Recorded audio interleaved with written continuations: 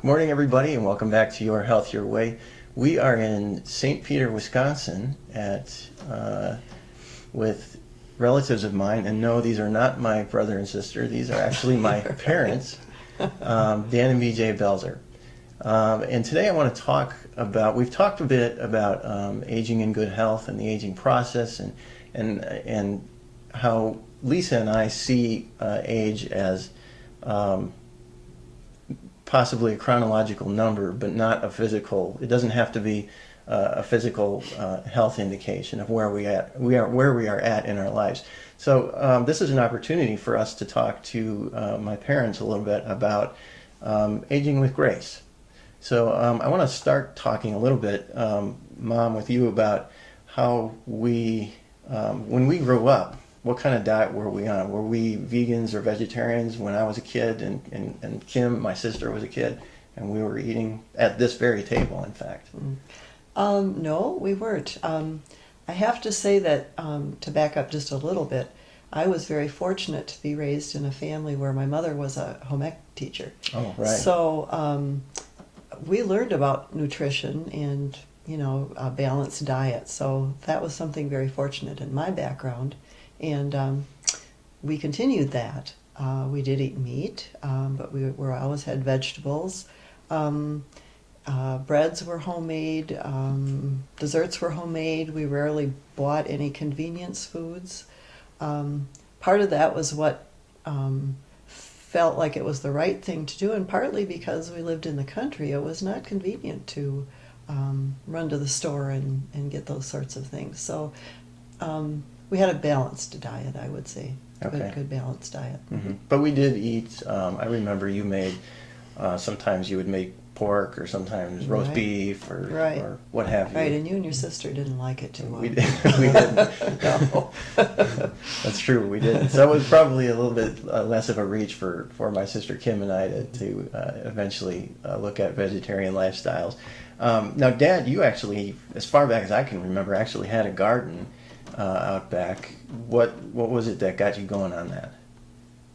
Boy, I'm not sure, Okay. to tell you the truth. I just started digging in the soil and I enjoyed it.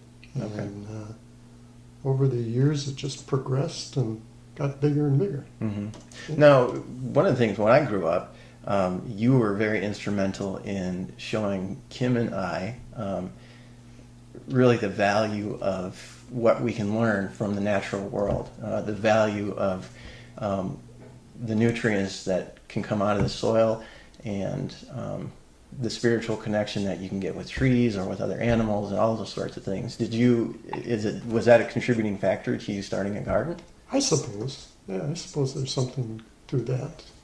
I always enjoyed the outdoors. Mm-hmm. And I feel like a caged cat if I have to stay inside too long. So, yeah, it's part of that. Okay. Yeah. All right. And Mom, when Dad actually started gardening, because I don't think before we moved out to the country, that was, 1970, we moved to this house, I think. 71. 71, we Mhm. moved to this house. You didn't have the advantage of having fresh picked produce from your backyard Correct. to put into our foods. Right. Did gardening change the way that you cooked for us? Sure. I mean, there's just nothing in the world better than produce right out of the garden. Mm-hmm. So, it was really fun to go out and pick something and then come in and cook it. And it makes vegetables that much more attractive and delicious. So it makes you want to have more of them. Right. Yeah. Right. And one of the things, and Lisa and I have beat this a couple of times in our previous videos, is that nowadays especially, we have to pay extra and go the extra mile to find produce that's organic, when organic is what it's supposed to be. When you grew it in the garden, you didn't do anything, you didn't add anything to it or spend more money to make it organic, did you? No. It came. You put it in the ground as a seed, and it came up as organic produce. Yeah, meaning it didn't have fertilizers in it. It didn't have genetic modifications to it. No. It was organic. Yeah, I don't think I don't remember way back when I started, but I don't think I ever used any chemicals on the garden. Hmm. Never. Yeah, so that's organic produce, the easiest and probably the cheapest way for you to actually grow. So why are we spending more and doing extra legwork to find organic produce in our stores? You know, that's a good question, and I'm not going to answer that in this video, but that's something for our listeners to give thought about. Now, at some point in time, you started out with one garden in the 70s, I guess it was. That's right.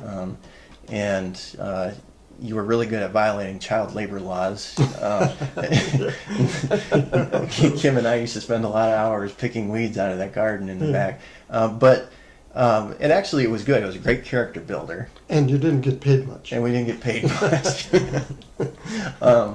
But you have since graduated, and now you have three large gardens out next to your property. Yeah. Talk about the progression of that. You started with one. Did you go straight to three? Did you go 1, 2, and then 3? And what did you find was the advantage, or why did you feel like it was so much more fun to keep going bigger and Well, better? I think I started with one garden in a place on our property, which is right now there's spruce trees, Okay. probably 50-foot, 40-foot spruce trees on there. Mm-hmm.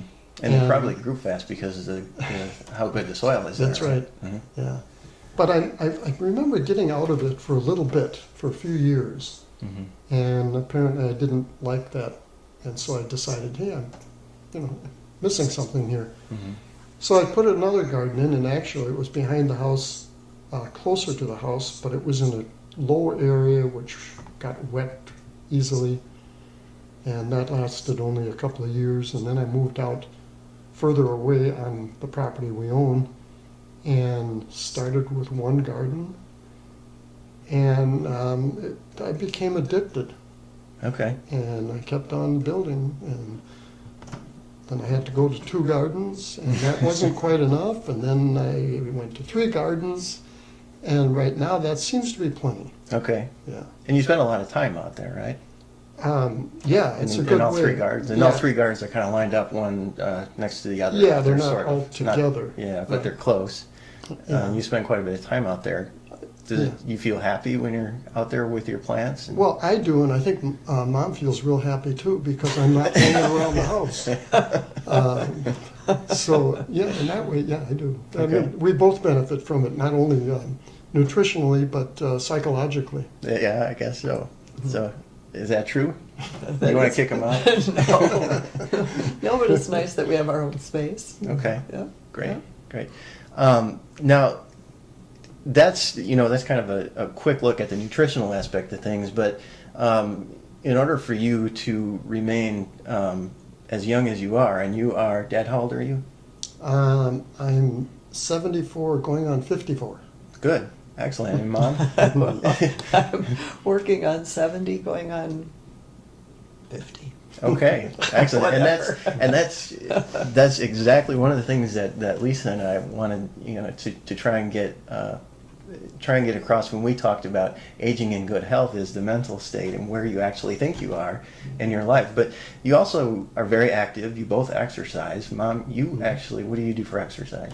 I run. And how many years have you been doing that? Let's see, 32, almost 38 years. Okay, so the last 38 years on almost a daily basis, you've been running. Yeah. And how do you do it? Do you really push yourself hard? Do you go really far in order to keep that health, or do you moderate? I would say I'm more moderate. I don't push it, but I will push the mileage. Okay. I'll go 4 miles and then 5 miles if I'm going to do a race or something. Okay. Just to be in condition. And you enjoy it, obviously. I love Otherwise, it. you wouldn't keep Yeah, doing it. I love it. So, Yeah. and would you say that moderating the amount of strain you put on your body in your exercise helps you enjoy it a little bit better? I feel it has worked for me.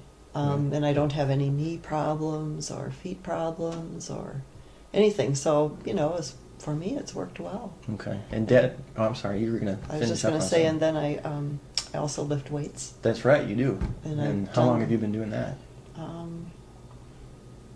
I'd say almost 20 years. Okay. I started when your sister Kim and I took lessons to go scuba diving, and I had trouble lifting the tanks. I thought, I think I better do something about this. Wow. And I like doing that too. It feels Good. good to be strong. How old were you when you got your scuba diving license? 96, 95. 1995 was the year. You weren't 96 years old. No. No. Run backwards. 1995. Yeah. So, 24 to Mhm. and so we are. 52. So Mom was 52 when she decided to go out and get a scuba diving license, and we actually followed that up with a family trip to the Cayman Islands, and we dove the reefs in the ocean, Yep. and that was something you were just starting to do at 52. So I don't really need to say a whole lot more about that. It speaks for itself. And Dad, you've actually been scuba diving for a long time. Yeah. You started in the 70s. 77, I think I got my license. Okay. Yeah. What do you do for exercising? I mean, scuba diving in and of itself is a great active sport, but you do other active sports and you exercise. Yeah, I do. Probably my real passion is swimming.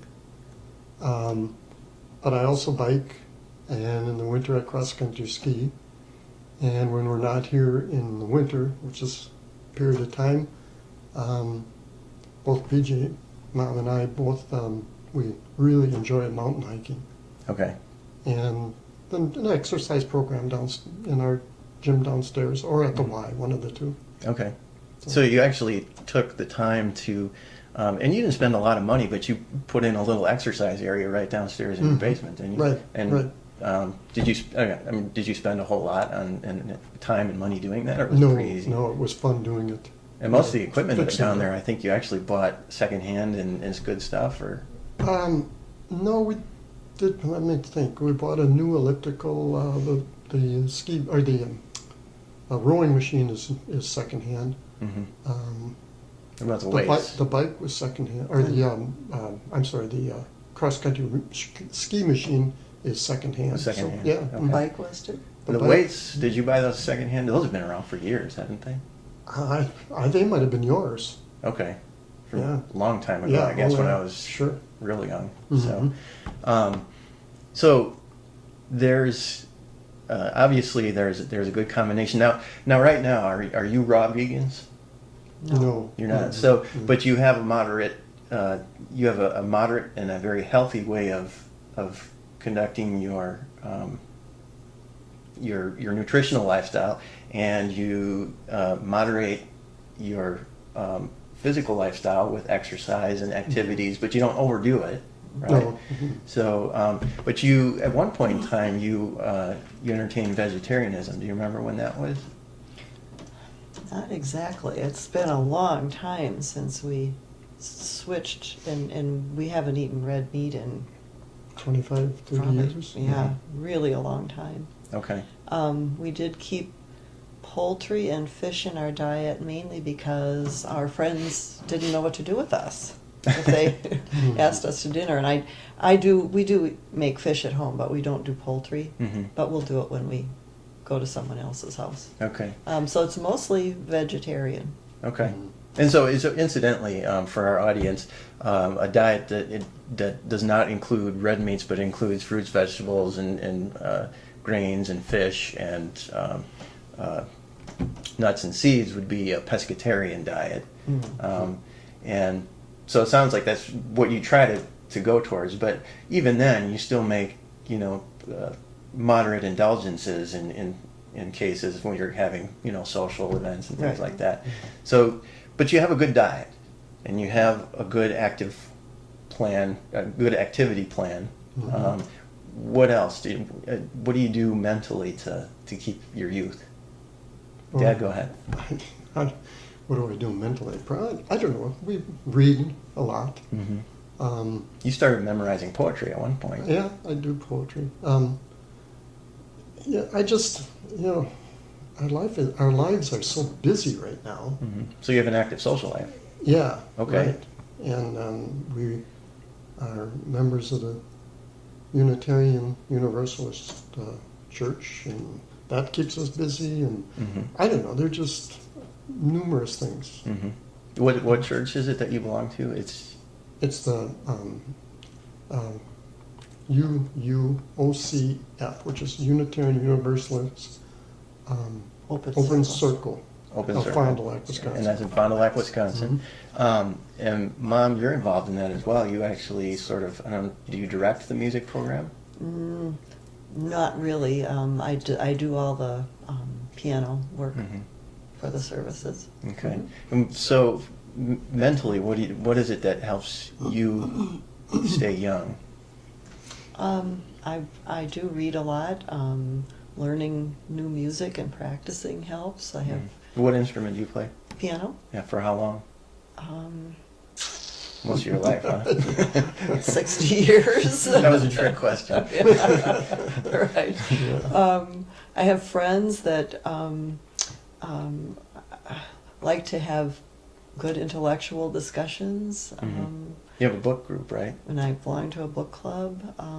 Yeah, there's just a lot of opportunity for that that's not lacking. So your social lives are active, and Dad, you actually have a social life with just some of the men that you used to work with when you were with AT&T, or was it from not the as Bell much system? Not so much anymore, but Okay. but we have a golf. Belong to a golf group, and I Golf belong to group. a golf league. So that That that helps. keeps me active too. And Mom, you have your book club and any other just women's social groups that you? Oh, there's a few women that bike together. Yeah, I have Okay. a group of friends that I have lunch with once a week. Okay. So, good diet that does not include red meat. Active lifestyle that includes moderate exercise, active social life, and artistically, you have poetry, you have music, And Dad carves and as Dad. well. That's right. And actually, I forget which video number it is, but there was a video that Lisa and I did about health and good sleep. And in that video, we are actually sitting in the bed, and on the mantle of the bed behind us, you can see some really beautiful nature carvings that Dad has done out of like 2x4s that you would never guess started out as a 2x4. So there's an artistic component there. Any last final thoughts of wisdom about aging with grace? You've got the mental, the physical, and the dietary stuff down. Your spirit is still young. How do people like Lisa and I, or my sister Kim, age as well as you have? I could just say that I think living out of a grateful heart really makes a difference, and I'm very grateful. I feel blessed to be living and have lived in this house and on this property for as long as we have, to have a wonderful family and just a great life. We're very fortunate, and just to live out of a grateful heart makes life wonderful. Okay, great. Dad? Yeah, I don't know. That's a good answer too. Gee, I don't know. Do what you love and love what you do. Excellent. Excellent. Great. So, I'm Kurt Belzer, and I'm with Dan and BJ Belzer, my parents, in a very special place in St. Peter, Wisconsin. Thank you for watching, and we look forward to seeing you again on our website, yourhealthyourway.net.